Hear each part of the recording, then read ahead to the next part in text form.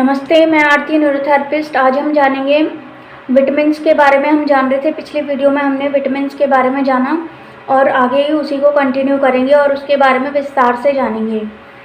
तो सारे विटामिन्स जो भी हमने भोजन में खाए उसके पचने के लिए हमारा सारी चीज़ों का ठीक से पचना ज़रूरी है। डाइजेशन ठीक रहना बहुत ज़रूरी है। जब हमारा पेट ठीक होगा तभी हमारे सारे विटामिन्स हमें हमारे शरीर को प्राप्त होंगे ठीक से भोजन पचने के बाद। पेट ठीक किए बिना आप चाहे जितनी भी दवाइयाँ खा लें, कुछ भी तो वो घाव पूरी तरह भरेंगे नहीं। यह ध्यान देने वाली बात है कि हम कितना भी खाना खा लें, कितनी भी दवाइयाँ खा लें, जब तक वो हमारा ठीक से डाइजेस्ट नहीं हो रहा, पेट हमारा ठीक नहीं है, तब तक वो घाव ठीक से भरते नहीं हैं। न्यूरोथेरेपी में हम एलिमेंटी की खासियत है कि हम सबसे पहले पेट को ठीक करते हैं। सबसे पहले हम पेट पे फोकस करते हैं कि पेट ठीक रहना चाहिए।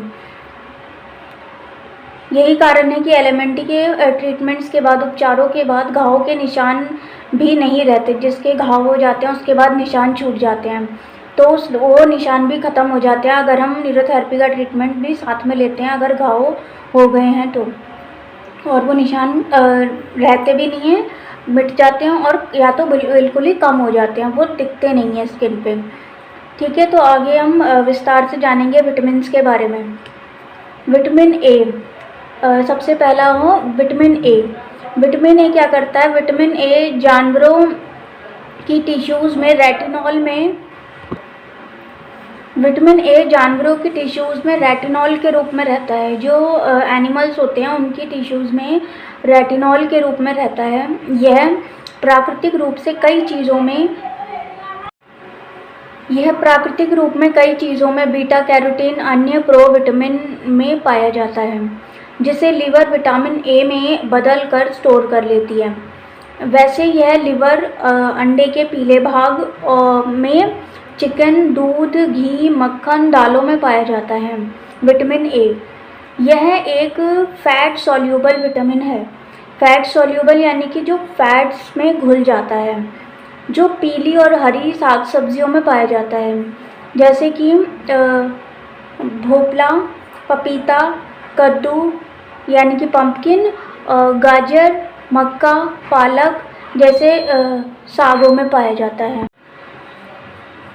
ये गाजर, मक्का, पालक और इत्यादि सागों में भी पाया जाता है, यानी सब्जियों में।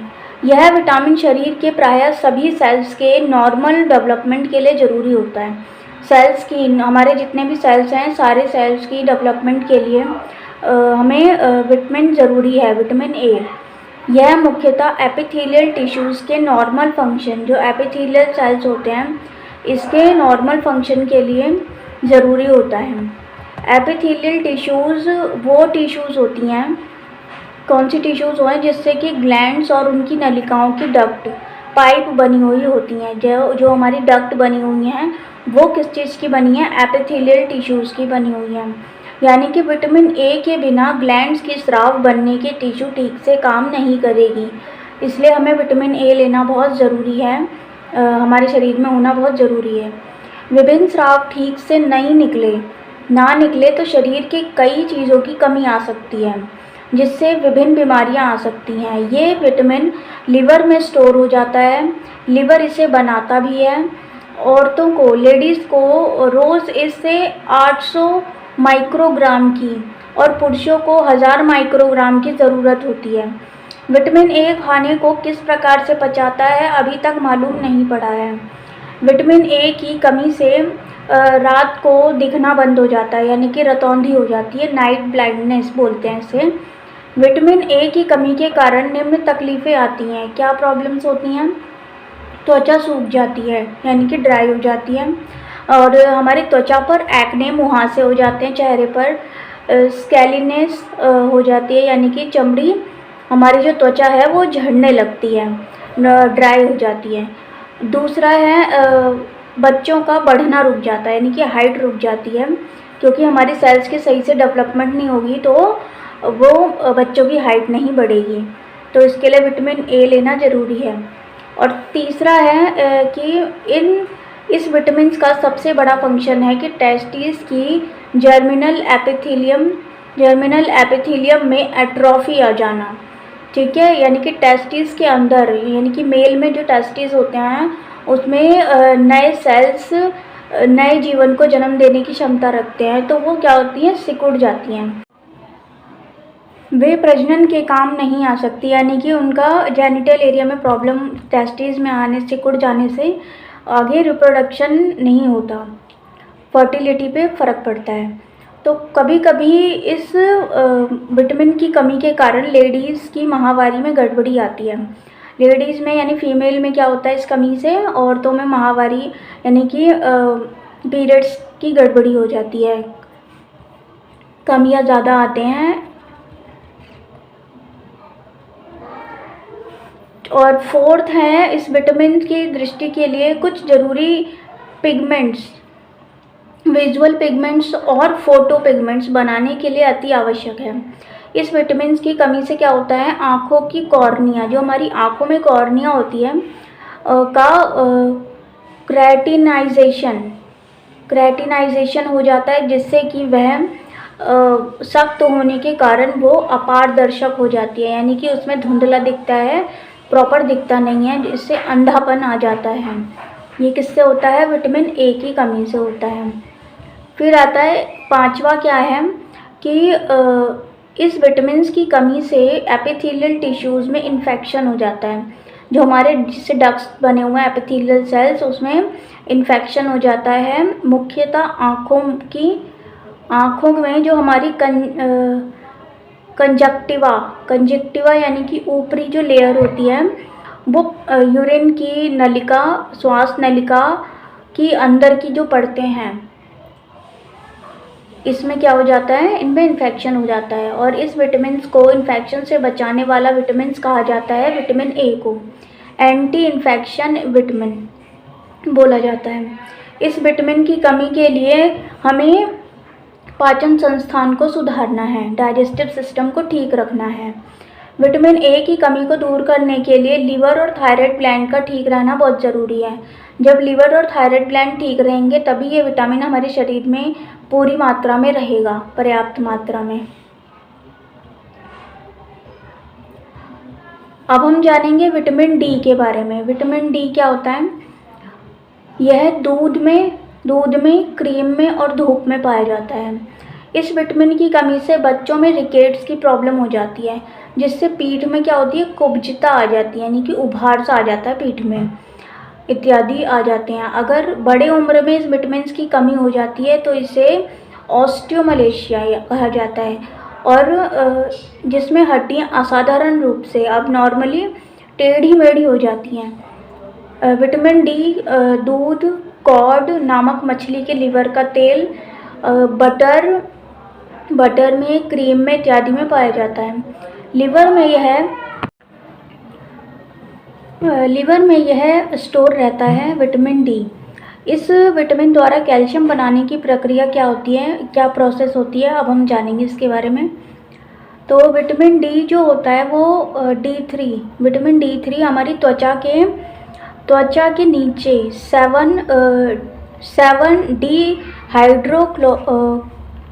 डिहाइड्रो कोलेस्ट्रॉल नामक केमिकल के रूप में जमा रहता है। उस पर सूरज की अल्ट्रावायलेट किरणें जब पड़ती हैं तो अल्ट्रावायलेट किरणों से क्या होता है, ये विटामिन डी3 कोल कैल्सीफेरॉल में बदल जाता है, और विटामिन डी3 को लिवर में 25 हाइड्रोक्सी कोल कैल्सीफेरॉल यानी कि 25 HCC नामक रूप में बदला जाता है। लेकिन यह 25 HCC विटामिन डी का इनएक्टिव फॉर्म है, यानी कि एक्टिव फॉर्म नहीं है, इनएक्टिव फॉर्म है, निष्क्रिय रूप है। विटामिन डी तभी कार्यशील है जब वह 125 DCC नामक केमिकल के रूप में कन्वर्ट हो जाता है, यानी कि उसका लास्ट रूप क्या है, 125 DCC नामक केमिकल, जिसकी वजह से ही हमारी बोन्स में कैल्शियम जाता है, जिसके लिए PTH यानी कि पैराथॉर्मोन और किडनी का ठीक होना बहुत ज़रूरी है। जब तो हमारी पैराथायरॉयड ग्लैंड के पैराथॉर्मोन और किडनी के ठीक होएगी तभी हमारा ये विटामिन डी ठीक से ऑब्जॉर्ब होगा हमारी बोन्स में। इन दोनों के प्रभाव से विटामिन डी का बहुत ही शक्तिशाली रूप किडनी द्वारा बनाया जाता है। इसे 125 डीसीसी कहते हैं, यानी किडनी की हेल्प से बनाया जाता है। यानी कि विटामिन डी लिवर, पीटीएच और किडनी, इन तीनों के इफेक्ट से 125 डीसीसी नामक हार्मोन में बदलकर कैल्शियम की मेटाबॉलिज्म की देखभाल करता है। जो विटामिन डी क्या करता है, कब बनेगा, जब लिवर, पीटीएच यानी कि पैराथॉर्मोन, पैराथायरॉइड ग्लैंड का और किडनी, इन तीनों के प्रभाव से 125 डीसीसी नामक हार्मोन में बदलकर कैल्शियम का मेटाबॉलिज्म देखेगा कि वो सही से पचे और बोन में जाए। विटामिन डी के कारण ही विटामिन डी आगे जीआईटी अन्न नलिका में सोखा जाता है, जो हमारी फूड पाइप है इसमें सोखा जाता है और सोखे हुए कैल्शियम को हड्डियों में डाल देता है। कैल्शियम छोटी आंत स्मॉल इंटेस्टाइन के आखिरी भाग जो बड़ी आंत से मिलता है, इसे इलियम कहते हैं। इलियम में सोखा जाता है हमारा कैल्शियम। विटामिन डी खास तौर पर एक ऐसा कैल्शियम बाइंडिंग प्रोटीन होता है जिससे कि आंतों के एपिथेलियम में कैल्शियम को सोखना बढ़ जाता है। आंतों द्वारा कैल्शियम कब सोखा जाएगा, जब विटामिन डी साथ में होगा। उसे हड्डियों, मसल्स इत्यादि में भेज दिया जाता है। तब उसके बाद डाइजेशन के बाद उसके प्रॉपर उसे हड्डियों और मसल्स में भेज दिया जाता है, जहाँ जहाँ कैल्शियम की ज़रूरत होती है।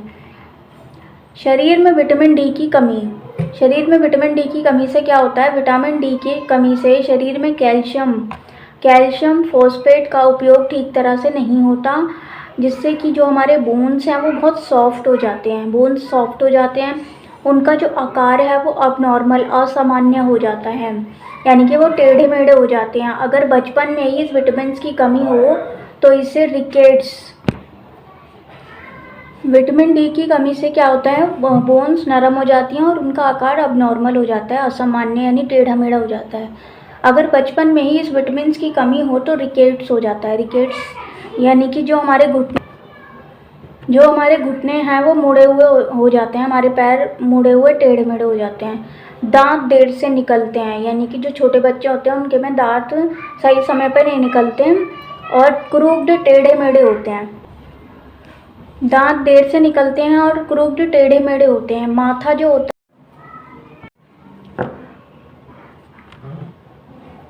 स्क्वायर शेप का माथा जो बड़ा होता है वो चौकोर होता है, बड़ा होता है, स्क्वायर शेप का होता है, यानी कि रेक्टेंगुलर फॉर्म में।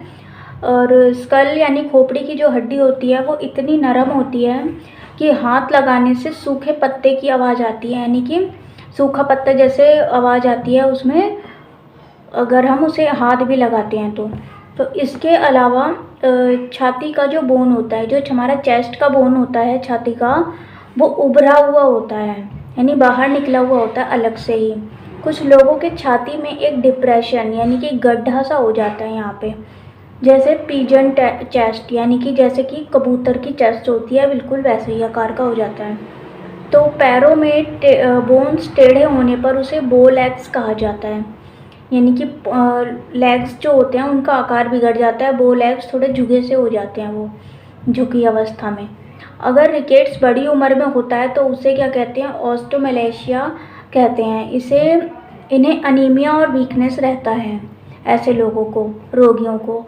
तो साथ में हाथ पैर स्पाइन, थोरैक्स, हाथ पैर स्पाइन यानी कि हड्डी, और पेल्विस जो हमारी जांग की हड्डी है, जांग की हड्डी से ऊपर की हड्डी जो हमारी होती है पेल्विस, जहाँ जॉइंट होते हैं जांघों के, तो दर्द होती है वहाँ पर। ये टेबर्स 18th एडिशन पेज नंबर 1367 में लिखा हुआ है, उसके अनुसार है। तो अभी हमने विटामिन डी के बारे में जान लिया। अब हम जानेंगे विटामिन ई के बारे में। टोकोफेरोल भी बोलते हैं इसको केमिकल फॉर्म में। तो विटामिन ई किस में होता है, अंकुरित गेहूँ, नट्स, हरी सब्जियाँ, साबुत अनाज, दूध, मक्खन, वनस्पति तेल यानी कि वेजिटेबल ऑयल में होता है, वैसे इनकी कमी यानी विटामिन ई की कमी मनुष्यों में नहीं होती, इंसानों में। बहुत रेयर केस में इसकी कमी हो सकती है, बहुत ही कम लोगों में होती है, क्योंकि तकरीबन यह सभी प्रकार के खाने में विटामिन मिल जाता है, ये वाला। तो हाँ, लोअर एनिमल्स यानी कि मनुष्यों से कम जानवरों में इस विटामिन की कमी से उनके जो अंडकोश होते हैं, टेस्टिस होते हैं, एपिथेलियम डीजनरेट हो जाते हैं, यानी कि वो सूख जाते हैं, डीजनरेट हो जाते हैं। यहाँ तक कि अगर विटामिन ई की कमी लोअर एनिमल्स यानी कि जो मनुष्यों से नीचे प्रजाति के होते हैं, उसमें जो ठहरा हुआ गर्भ भी समाप्त हो जाता है उन एनिमल्स में, उन लिविंग्स में। तो उनकी ग्रोथ यानी विकास भी रुक जाता है, डेवलपमेंट रुक जाती है, ग्रोथ रुक जाती है। तो इसलिए इसे एंटी स्टेरिलिटी विटामिन्स भी कहा जाता है। इसकी कमी से यानी कि उन एनिमल्स में बांझपन सा हो जाता है। विटामिन ई की कमी से क्या होता है, किडनी के जो ट्यूबुलर होते हैं, जो किडनी की नलिकाएं होती हैं, सेल्स, ट्यूबुलर सेल्स, मसल्स के सेल्स भी कभी कभी डीजनरेट हो जाती हैं, ख़त्म हो जाती हैं। तो इसकी कमी से फर्टिलिटी पे फ़र्क पड़ता है, वो कम हो जाती है, बांझपन हो जाता है। फैट्स का एक मुख्य रूप है अनसैचुरेटेड फैट। अनसैचुरेटेड फैट जो शरीर की कई रचनाओं यानी कि कई रचनाओं स्ट्रक्चर्स के ठीक से कार्य करने के लिए ज़रूरी है। वसा का एक मुख्य रूप है अनसैचुरेटेड फैट्स, जो यह विटामिन अनसैचुरेटेड फैट्स की रक्षा करता है ताकि वो ऑक्सीडाइज ना हो। इसकी कमी से सेल मेम्ब्रेन, माइटोकॉन्ड्रिया और लाइसोसोम की रचना, सेल मेम्ब्रेन, माइटोकॉन्ड्रिया, लाइसोसोम की जो स्ट्रक्चर होती हैं, रचना होती है, और उसमें उनके कार्य काफ़ी बिगड़ जाते हैं, यानी कि वो ठीक से नहीं हो पाते उसके काम। इसकी कमी से जो मंकीज़ होते हैं, बंदर होते हैं, उसमें मस्कुलर डिस्ट्रॉफी नामक बीमारी आ जाती है। T&G पेज नंबर 840 के अनुसार ये बताया गया है। ठीक है, तो अब आज हमने विटामिन ए के बारे में जाना, डी के बारे में जाना और ई के बारे में जाना। अगली बार मिलेंगे हम नेक्स्ट टॉपिक के साथ। नमस्ते।